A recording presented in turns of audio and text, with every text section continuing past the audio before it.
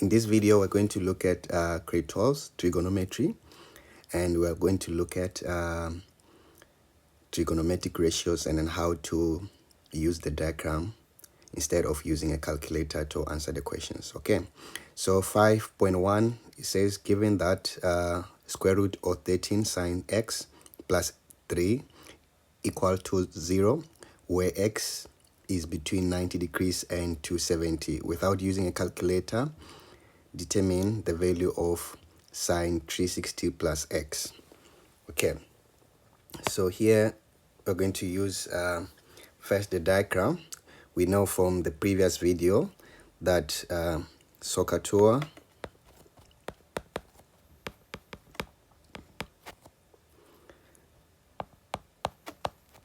okay, so we're going to use this as well as I'm just going to draw this here. So this is a cast diagram to help us again. Okay, and then yeah, so the first question, before we answer the questions, we have to draw the diagram. So I'm gonna highlight the information that we have here. So it says given that square root of 13 sine x plus 3 is equals to 0. So I'm gonna highlight that. So this is the information, and then as well as this one.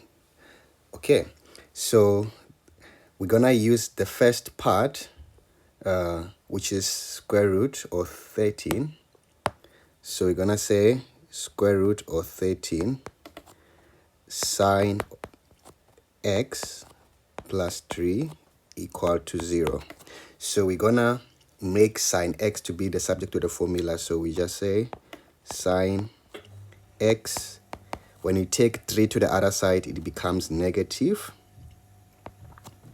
3, and then you still have square root 13. You just divide both sides by square root of 13, and you have 13 negative 3 over square root of 13. Okay, like I said in previous video, you have sine as opposite. Sine is opposite over adjacent, opposite over hypotenuse. So sine is opposite over hypotenuse. That means that is r, that is y over x. Okay, so meaning that negative 3 is sorry, I made a mistake. It's supposed to be r, not x. Y over r. Hypotenuse is r. Yeah. So now, how do we know that negative is for y, not for r? Because we have 3 over square root of 13. Why do we put that negative to be for y, not for r? So we know that using in trigonometry, r will always be positive, right?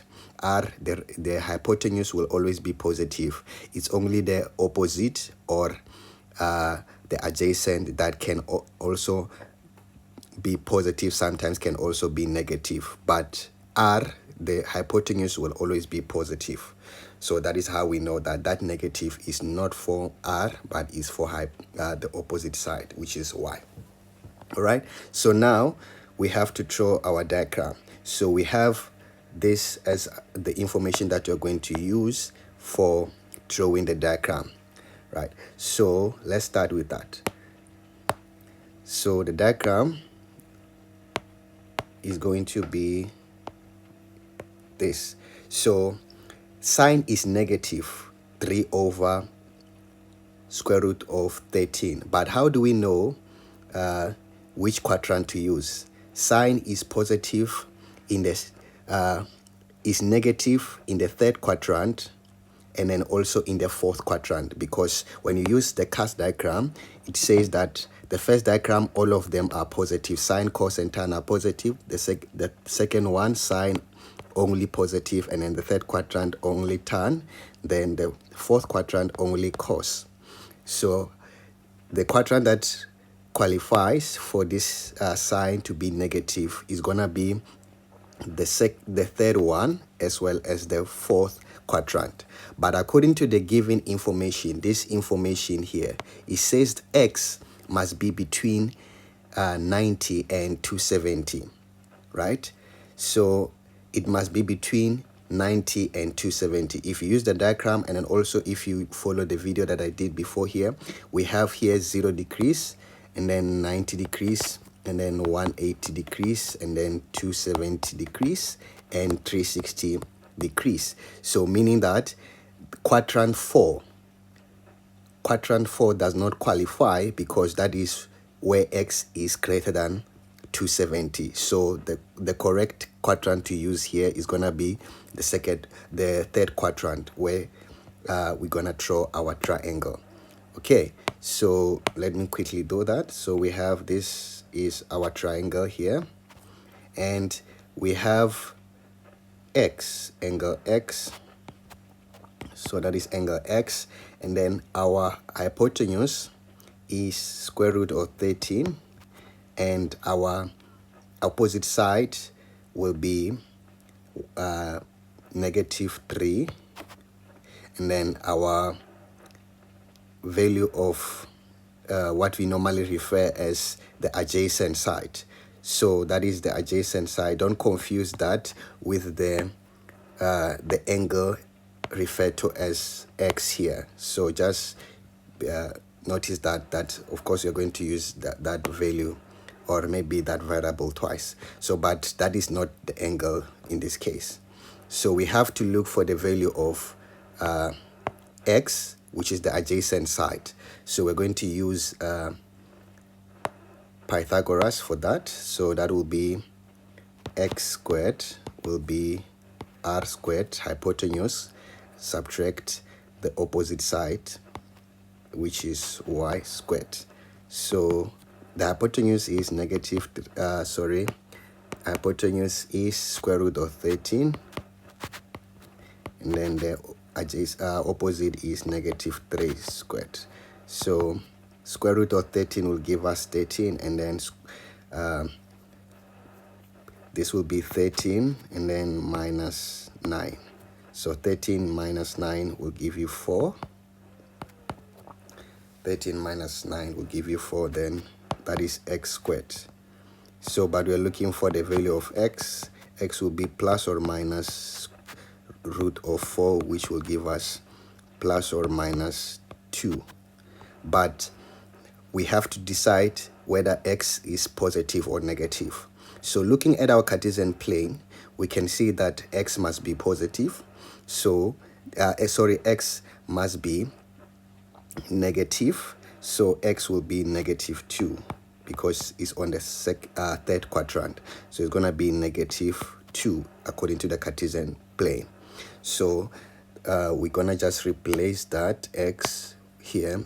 I'll just write it here, that x here is equals to -2. All right, so now we can answer the question. The first question says that sine 360 plus x, 5.1.1. 5.1.1, it says sine 360 degrees plus x. So when you have any angle equal or greater than 360, you can just subtract 360 from that angle. If it's 360, you just subtract 360 from 360. That gives you sine to be sine 0 degrees plus x. Or if the angle is greater than 360, you just subtract 360 from that angle, and then write in place of that angle the answer that you get. If you say 360, in this case is 360 subtract 360, that gives us 0. So we know that now 0 plus x, of course, is sine of x. So using the diagram, sine of x will be what? Opposite. Our opposite is -3. That is -3. And then our hypotenuse is square root of 13. So this will be the answer for 5.1.1. And then 5.1.2, we have tan of x. So tan of x will be, tan is opposite over hypotenuse. So tan is opposite over adjacent. So opposite is -3, and then adjacent is -2. So this gives you 3/2, positive 3/2. All right, that is 5.1.2. Then 5.1.3, it says cos of 180 plus x. So cos of 180 degrees plus x. So 180 plus x, that is the third quadrant. So if you use this, we know that this will be, okay, let me just use this. Let me use that. So in the second quadrant, we know that that is 180 degrees minus theta, and then third quadrant is 180 plus theta, and then fourth quadrant is 360 minus theta. Or the first quadrant we can say is 90 minus theta, and then also the second quadrant can also be 90 plus theta. So we know that 180 plus theta is in the third quadrant. So third quadrant, we know that cos is negative, so it's going to be negative cos of x, and then that gives us, when you use the reduction formulas, of course, that is negative cos x, and then negative cos is, using the diagram, cos will be what? Adjacent, which is -2, over hypotenuse, which is the square root of 13. And then when you use negative and negative, gives you positive 2 over the square root of 13. So that will be the answer for 5.1.3.